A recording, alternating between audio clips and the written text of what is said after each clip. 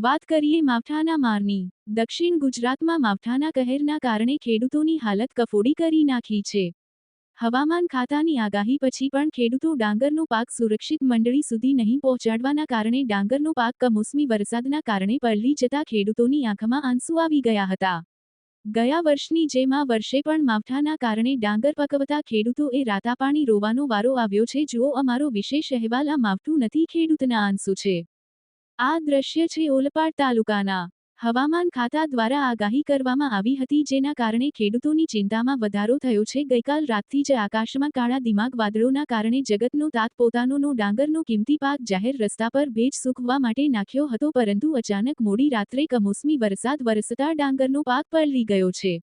વરસાદમાં જગતનો તાજ પોતાનો ડાંગરનો પાક બચાવવા રાતથી મરણીયો બન્યો છે। મોટાભાગનું ડાંગર વરસાદના કારણે પલળી ગયું છે અને જે ડાંગર બચાવવામાં ખેડૂત સફળ થયો છે, એ ડાંગર લઈને ખેડૂતો ઓલપાડની સહકારી મંડળીઓમાં ટ્રેક્ટર લઈને પહોંચી રહ્યા છે, પરંતુ મંડળી બહાર 2 કિલોમીટર લાંબી ટ્રેક્ટરોની લાઈનો લાગી છે અને સતત વરસાદ વરસી રહ્યો છે, જેના કારણે ખેડૂતોને તેમનો નંબર ક્યારે આવશે એની રાહ જોઈને બેઠા છે। પરંતુ આ વર્ષે પણ વરસાદે ખેડૂતોને રાતાપાણી રોવા મજબૂર કરી દીધા છે, કેમ કે ગઈકાલે પડેલા વરસાદે મોટાભાગનું ડાંગર પલળી ગયું છે, જેના કારણે ખેડૂતોના હાથમાં આવેલો કોડિયો છીનવાઈ ગયો છે। શું કહી રહ્યા છે ઓલપાડના ખેડૂતોએ પણ સાંભળો। ગયા વર્ષે પણ દક્ષિણ ગુજરાતમાં કમોસમી વરસાદના કારણે જગતના તાજનો ડાંગરનો પાક પલળી જતા લાખોનું નુકસાન થવા પામ્યું હતું। જો કે આ વર્ષે ડાંગરનું સારું ઉત્પાદન થશે અને સારા એવા પૈસા મળશે એવી આશાએ ખેડૂતોએ ડાંગરનો પાક બનાવ્યો હતો। આ વર્ષે પણ ડાંગરનું સારું ઉત્પાદન થયું છે, પરંતુ વરસાદના કારણે આ વર્ષે પણ ગયા વર્ષની જેમ ખેડૂતનો ઊભો ડાંગરનો પાક ખેતરમાં પલળી ગયો છે અને જે ખેડૂતોએ ડાંગરનો પાક ભેજ સૂકવવા માટે તે હાઈવે પર નાખ્યો હતો, એ ડાંગરનો પાક પણ મોડી રાત્રે વરસેલા વરસાદના કારણે પલળી ગયો છે। અચાનક આવેલા આ માવઠાએ ફરી એકવાર ખેડૂતોની ચિંતામાં વધારો કરી નાખ્યો છે। આ વરસાદ નથી, પણ ખેડૂતના આંખના આંસુ હોય એવો અનુભવ સામાન્ય માણસ કરી રહ્યો છે, કેમ કે રાત દિવસ એક કરી ખેડૂતોએ રોકડીયો પાક તરીકે ઓળખાતા ડાંગરનો પાક લીધો હતો, કેમ કે વર્ષમાં આ ડાંગરનો પાક ઉનાળુ અને ચોમાસુ ડાંગર તરીકે 2 વાર લેવામાં આવે છે, જેથી કરી ખેડૂતોના હાથમાં રોકડા રૂપિયા આવે અને ખેડૂતોની સ્થિતિ સારી થઈ જાય। પણ અફસોસ, આ વર્ષે પણ વરસાદના કારણે ખેડૂતના હાથનો કોળિયો છીનવાઈ ગયો છે। જે ડાંગર બચ્યું એ ડાંગર ટ્રેક્ટર અને ટ્રકમાં લઈ ખેડૂતો સહકારી મંડળી ખાતે પહોંચી રહ્યા છે, પરંતુ ત્યાં પણ 2 કિલોમીટર લાંબી લાઈનો લાગી જતા જગતનો તાત લાચાર અને દયનીય બની ગયો છે, કેમ કે આ વર્ષે પણ કમોસમી વરસાદે ભારે નુકસાન કરી નાખ્યું છે। આમ તો ભારત કૃષિ પ્રધાન દેશ છે, પણ આ દેશના ખેડૂતોની હાલત દિન પ્રતિદિન દયનીય થઈ જાય છે। મોંઘા બિયારણ, મોંઘા ખાતર, મોંઘી મજૂરી અને પાક તૈયાર થાય ત્યારે પોષણક્ષમ ભાવના નથી મળતા, જેના કારણે ખેડૂતોની આર્થિક સ્થિતિ ખરાબ થઈ રહી છે। જગતનો તાત દેવાદાર બની રહ્યો છે। સરકારે ખેતી અને ખેડૂતોને બચાવવા હોય કૃષિ નીતિમાં બદલાવ લાવવો પડશે, તો જ આ દેશનો ખેડૂત બચશે, તો જ આ દેશની ખેતી બચશે, નહીં તો દર વર્ષની જેમ ખેડૂતો પાયમાલ અને નુકસાની વહેતા રહેશે। ચાલુ વર્ષે અચાનક આવેલા માવઠાએ ખેડૂતોને રડતા કરી મૂક્યા છે। આ જગતનો તાતની સહાયની અને ભર વરસાદમાં પોતાનો ડાંગરનો પાક બચાવવા ભીની આંખે સહકારી મંડળીઓના ચક્કર લગાવવા મજબૂર બની ગયો છે, જાણે કુદરત જગતના તાત સાથે રિસાઈ ગયો હોય એમ। દર વર્ષે માવઠારૂપી આફતને મોકલી ખેડૂતોને પાયમાલ કરવા મજબૂર કરી દીધા છે, ત્યારે રાજ્ય અને કેન્દ્ર સરકાર નુકસાનીનું સર્વે કરાવે અને આ ખેડૂતોને નુકસાનીનું યોગ્ય વર્તન આપે એવી માંગ ઓલપાડ તાલુકામાં ઉઠવા પામી છે। જગદીશ ભરવાડ, ન્યૂઝ 14 ઓલપાડ। મારું નામ મનહરભાઈ પટેલ, હું પુરુષોત્તમ ફાર્મર્સ અને ઓલપાડ કોટનના પ્રમુખ તરીકે છેલ્લા 5 વર્ષથી સેવા આપું છું। હાલમાં હવામાન ખાતા દ્વારા વરસાદની 3 દિવસ માટે આગાહી આપવામાં આવી છે અને એક બાજુ ખેડૂતો ડાંગરની કાપણી કરી અને સહકારી મંડળીની અંદર પોતાનો માલ લઈને વાહનોની કતારમાં ઊભા છે, ત્યારે મારી એક ખાસ નમ્ર અપીલ છે કે ભાઈ હાલમાં 3 દિવસ માટે ખેડૂતો પોતાનો માલ બગડે નહીં, પાણીથી પલાય નહીં, એના માટે વોટરપ્રૂફ તાડપત્રીની સગવડ કરવામાં આવે અને સાથે સાથે પોતાનો માલ સુરક્ષિત રીતે રાખવા અપીલ કરવામાં આવે છે। ખાસ કરીને ખેડૂતોનો જે ડાંગર છે એ ડાંગરની ગુણી પલળે નહીં અને સારી ગુણવત્તાવાળો માલ મંડળીની અંદર જમા કરાવવા અપીલ કરવામાં આવે છે। અને વરસાદી વાતાવરણને કારણે આપનો માલ સુરક્ષિત જગ્યાએ રાખી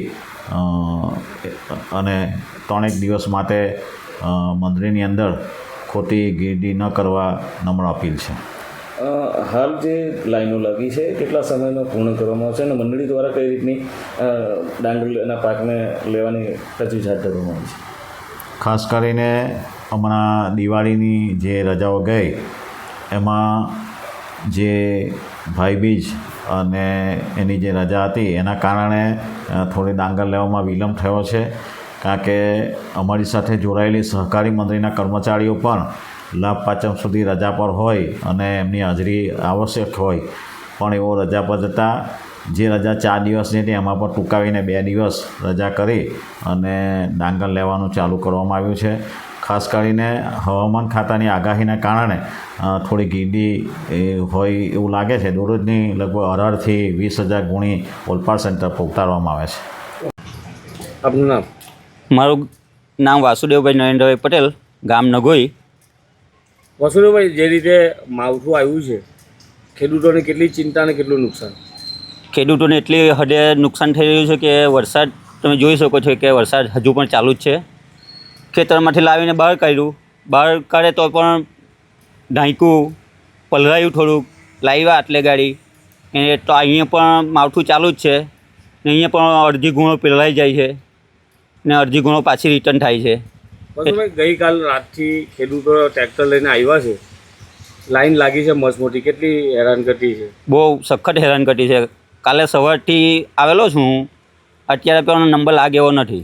આજે સાંજ સુધી કદાચ નંબર લાગી જાય. એટલે આ વર્ષે બી ગયા વર્ષ કરતાં આ વર્ષે તો સખત નુકસાન છે.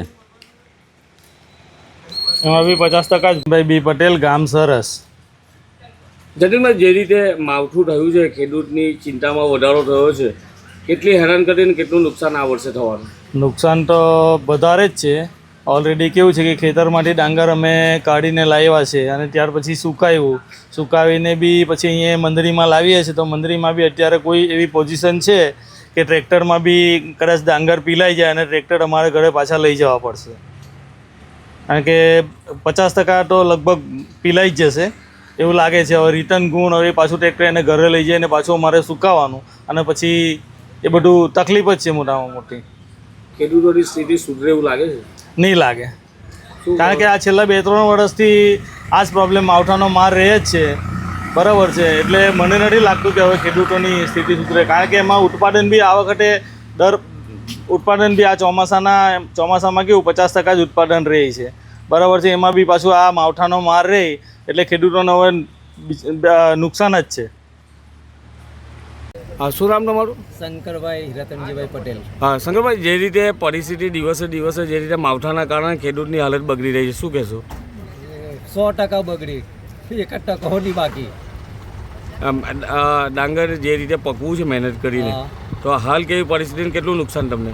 પહેલાં રોગ આવ્યો, હા, રોગમાંથી જઈ તઈ બચ્યા, કાપીને જીનમાં લઈ આવ્યા. રાત્રે માવઠું આવ્યું એટલા પૂરું થઈ ગયું.